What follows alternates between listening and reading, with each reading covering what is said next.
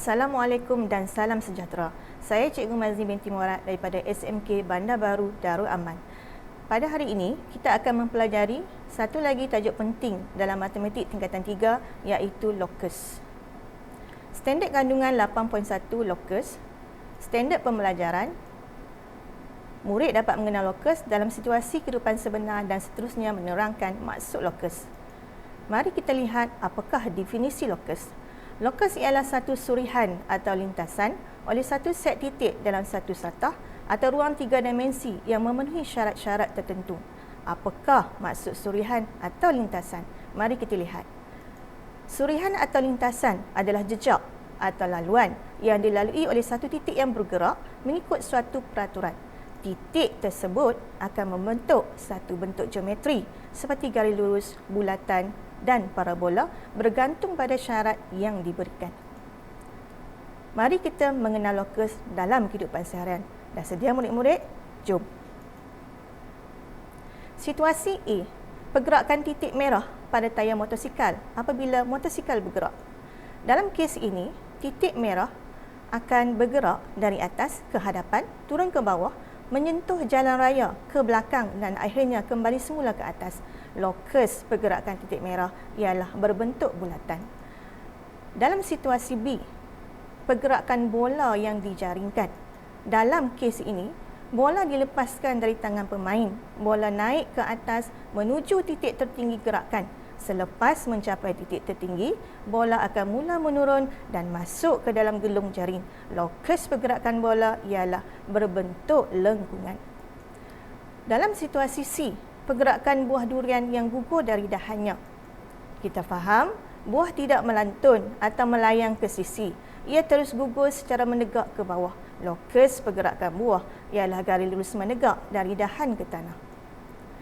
Dalam situasi D, pergerakan bola apabila ditendang. Bola bergerak di bawah pengaruh daya mendatar, tendangan dan daya graviti. Locus pergerakan bola ialah berbentuk lengkungan. Baiklah murid-murid, bagi mengukuhkan lagi kefahaman, mari kita bincangkan locus bagi titik C dengan lebih mendalam. Soalan pertama yang cikgu sediakan. Satu titik C dilukis pada satu sayap sebuah kipas yang sedang berputar. Seperti dalam rajah, terangkan dan lakarkan locus bagi titik C. Penyelesaian. Locus titik C adalah berbentuk bulatan. Mari kita lihat bagaimanakah titik C bergerak apabila kipas sedang berputar dan apakah bentuk lakaran locus bagi titik C.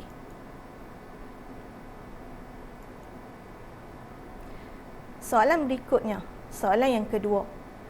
Titik C pada kasut seorang kanak-kanak yang sedang bermain papan gelonsor di padang permainan. Terangkan dan lakarkan locus bagi titik C. Penyelesaiannya, locus titik C adalah berbentuk garis lurus yang selari dengan papan gelonsor. Mari kita lihat bagaimanakah titik C bergerak. Titik C pada kasut seorang kanak-kanak bergerak apabila dia bermain papan gelonsor. Dan apakah bentuk lakaran locus bagi titik C? Baik, itu titik C bergerak. Dan seterusnya ini adalah garis lurus yang selari dengan papan gelonsor. Soalan berikutnya iaitu soalan yang terakhir. Titik C pada buah yang sedang bergerak.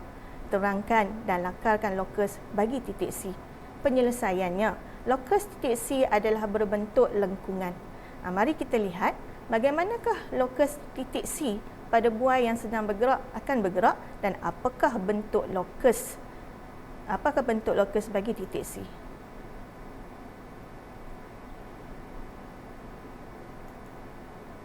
Locus titik C adalah berbentuk lengkungan. Baiklah murid-murid, secara kesimpulannya, apa yang kita faham, bentuk locus dua dimensi ada tiga jenis. Yang pertama, garis lurus. Yang kedua, bulatan. Dan yang ketiga, lengkungan. Cikgu harap murid-murid dapat memahami maksud locus, menerangkan maksud locus serta melakarkan locus mengikut syarat-syarat tertentu.